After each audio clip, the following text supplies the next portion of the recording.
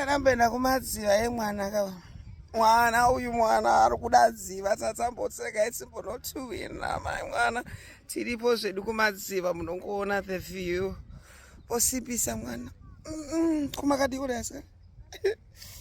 mungoita kuti tiite plan yekuti nditeka baby shower yakatozobata like play asikana igore rekutozvara zviya asikana saka anambopinda madziva nichisimbisa baby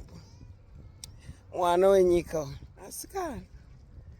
ngoziva zvinhu zvinongoitika yakangobata just like that kungobata mufunge zvenyu kana kuti makwirirwa ndakaita kana kuti aiwa yakabata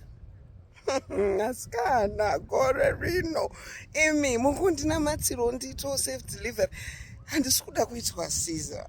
ndikuda kuzongobuditsa pairo nerebepa iri kungoti zhugu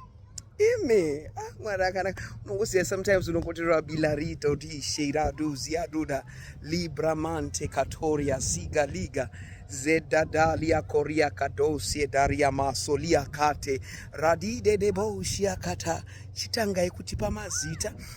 ndakadyiswa mumwe mushonga wokuti auya ari musikana